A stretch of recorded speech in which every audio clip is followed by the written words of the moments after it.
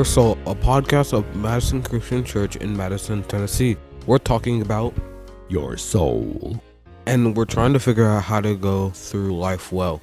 Today we're talking about several different parts of your soul or different things your soul does. Letter 17. What is your favorite soul function? And Jesus increased in wisdom and in stature and in favor with God and man. Luke 2:52.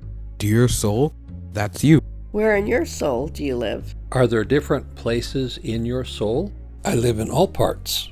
Of course, but not all parts equally. Most of us emphasize some parts and neglect others. That's true. For example, I live mostly in my mind. My mind is a big, beautiful house with nice furniture and gardens all around. All gifts from God, mind you. I can't take credit for anything. Only recently, after God gave me a big education in the painful parts of my feelings, I've learned my entire soul could be like that. So far, my affect, the place of my emotions, is a slum with rats and rot and poverty and pain. There is very little healthy fruit there, mostly sun-starved weeds. It's time to do some building and repair work in my affect. What about you? You have many soul parts to choose from. Which parts of yourself do you prefer to use more than others? Which parts have your strengths? You can learn a lot about what someone values by what they talk about. So what do you talk about? Here are a few questions for you to consider to help you learn which parts of you do you favor. How much of what you say is about your will? Words such as want, do, choose, decide, action, or verbalizing your will by telling people what you want. Or how much of what you say is about your mind? Words such as think, learn, understand, know, or naming thoughts such as study, prove, imagine, remember, creativity, etc. Or how much of what you say is about your emotions? Words such as feel, heart, emotion, mood, or naming feelings such as happy, in love, stressed, afraid, angry, sad, grateful, etc. How much of what you say is about your spirit? Words describing your faith, your unseen life, etc.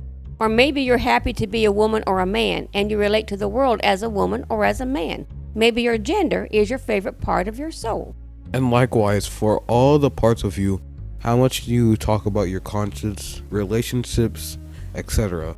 Or maybe you emphasize the body over the soul. How much of what you say is about the body, relating to eating, sleeping, exercise, physical work, strength, appearance, health, comfort and pain, etc.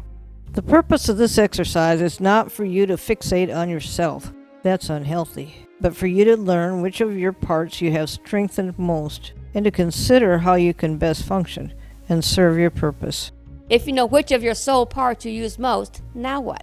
Is part of you like a mansion and a garden, and part of you like a slum and sickly weeds? The areas you favor are probably your strengths. What do we do with our strengths? We sharpen them and we use them, preferably much for others and not exclusively for ourselves. The areas you ignore are probably your weaknesses or your hurts. What will we do with our weaknesses? Will we try to build them up? Gaining strength, however small, is better than doing nothing or gaining nothing. If you bind a child's feet, they will remain small and become crippled.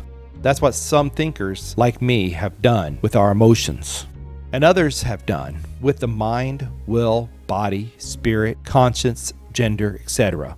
Strengthen your weak parts. Don't suppress them as I did mine. Or maybe they're not just weak. Maybe the areas you downplay are your hurts, not your weaknesses. That happens with interactions. For example, someone hurts you. Now you may have trouble relating well to people, so you back away. And you miss out. What do we do with our hurts? We want to heal them. If your hands hurt, you want them to be well. And you want to use them, if you can. So you have medicine or exercise or whatever you can have to use your hands well. So we are asking you to use all of you. Why? Because we want you to have richer, fuller life experiences. Which areas of the soul are your strengths and weaknesses. What will you do with them? You have unique strengths, weaknesses, and patterns of life. Use them well. Jesus did. Luke 2:52 talks about Jesus when he was 12 years old and says that Jesus increased in wisdom and stature and in favor with God and man. I want to be like that. So do I.